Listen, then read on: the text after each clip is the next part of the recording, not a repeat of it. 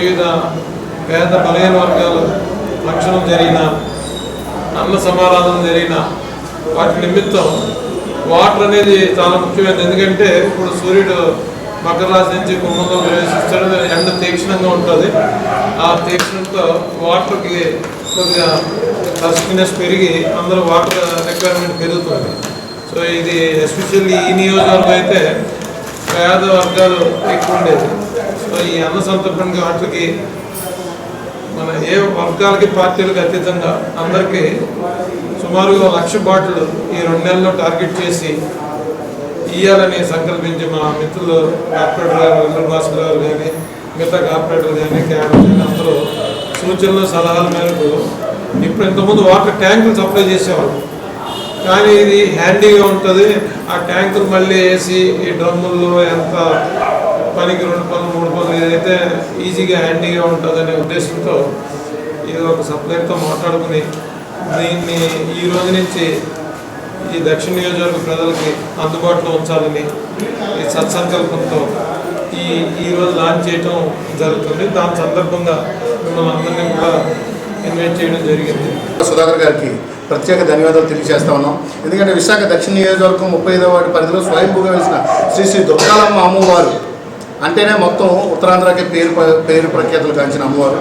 అమ్మవారికి నిత్య శుక్రవార అన్న సమారాధన కార్యక్రమం అన్నగారి తాలూకా ఆర్థిక సహాయంతో ప్రతి శుక్రవారం కూడా విచ్చేసిన భక్తులందరికీ కూడా సుమారు 200 నుంచి 300 మంది భక్తులకు ప్రతి శుక్రవారం కూడా నేను పెడతాను అని చెప్పేసి అన్నగారు స్వచ్ఛందంగా రావడం నిజంగా చాలా చాలా ఆనందదాయకంగా ఉంది.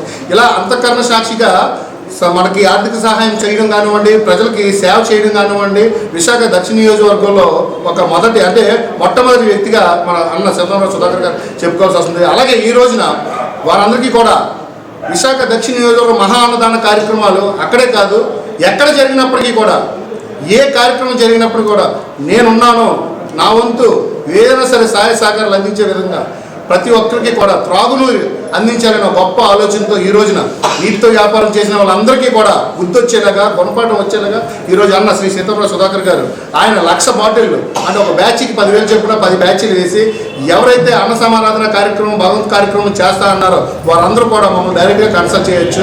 కన్సల్ట్ చేసిన వారికి అన్నదాన సమారాధన జరుగుతున్న ప్రదేశానికి మేమే స్వచ్ఛందంగా ఈ యొక్క వాటర్ బాటిల్ అందించి సప్లై చేసే విధానం కూడా మీ అందరికీ కూడా తీసుకొచ్చి అక్కడ అన్న సందర్భన కార్యక్రమంలో అమ్మవారి ప్రసాదం ఏ విధంగా అయితే స్వీకరిస్తున్నారో ఆ ప్రసాదానికి తగ్గట్టుగా ఏదో చంద్రుడికి నూనె పోగులాగా ఆ ప్రసాదం ఇచ్చే సమయంలో ఈ త్రాగునీరును కూడా అందువలన గొప్ప ఆలోచనతో ఈ యొక్క కార్యక్రమం చేపట్టడం జరిగింది. అలాగే విశాఖ దక్షిణ నియోజకవర్గంలో అంతఃకరణ సాక్షిగా రాబోయే రోజుల్లో ఎక్కడ ఎవరికి ఏదైనా సరే ఎటువంటి సహాయం కావాలన్నా సరే అది ఆర్థిక సహాయం అంటే మెడికల్ కానివ్వండి, అలాగే శ్రీమంతాల సైట్ కానివ్వండి, అలాగే సమస్యలపై తీర్చడానికి శాశ్వత పరిష్కారం కానివ్వండి ఏవైనా సరే చేయడానికి అన్న సీతారాజు గారి నాయకత్వంలో రేపు రాబోయే రోజుల్లో దక్షిణ నియోజకవర్గం అంతా కూడా అంటే దిశ మారబోతుందని చెప్పేసి ప్రజలు కూడా ఎదురు చూస్తూ ఉన్నారు. అలాగే రేపు రాబోయే ఎలక్షన్స్లో అన్న సీతారామ సుధాకర్ గారి నాయకత్వంలో విశాఖ దక్షిణ నియోజకవర్గం సీతారామ సుధాకర్ గారి నాయకత్వంతో బలపడాలని, అలాగే దక్షిణ నియోజకవర్గంలో 10 సంవత్సరాల నుంచి పట్టి పీడిస్తున్న దరిద్రాన్ని వదలగొట్టాలి, కొత్త బాటిల్లోకి కొత్త వాటర్ వచ్చే విధంగా దక్షిణ నియోజకవర్గంలోకి రావాలని చెప్పేసి మీకు మీడియా ద్వారా తెలియజేస్తామన్నా. అలాగే నిన్న కాక మొన్న ఒక కుక్క మురిగింది. ఎందుకంటే దక్షిణ నియోజకవర్గంలో ఎటువంటి స్వార్థం లేకుండా అంటే సేవ చేస్తున్న నాయకులు ఎమ్మెల్సీ సీట్ ఇచ్చినప్పటికీ కూడా దక్షిణ నియోజకవర్గాన్ని ఆయన ఎప్పుడు కూడా వదిలేదు. ఆయన దక్షిణ నియోజకవర్గంలో చేస్తున్న సేవలకు కానివ్వండి అంటే మొరగని కుక్క లేదు, విమర్శించని నోరు లేదు, అలాగే ఈ రెండు జరగని ఊరు లేదు, వాటు లేదు, ప్రాంతం లేదు. కానీ ఆయన ఒకటే చెప్పారు, ఇవన్నీ ఎన్నున్నా సరే మన పని మనం చేసుకెళ్ళిపోవాలి, ప్రజలకు మనం ఏం సేవ చేయాలో అది మాత్రమే చేసుకెళ్ళిపోవాలని చెప్పిన నాయకులు మా సీతారామ సుధాకర్ గారు. అర్థమైందా రాజా?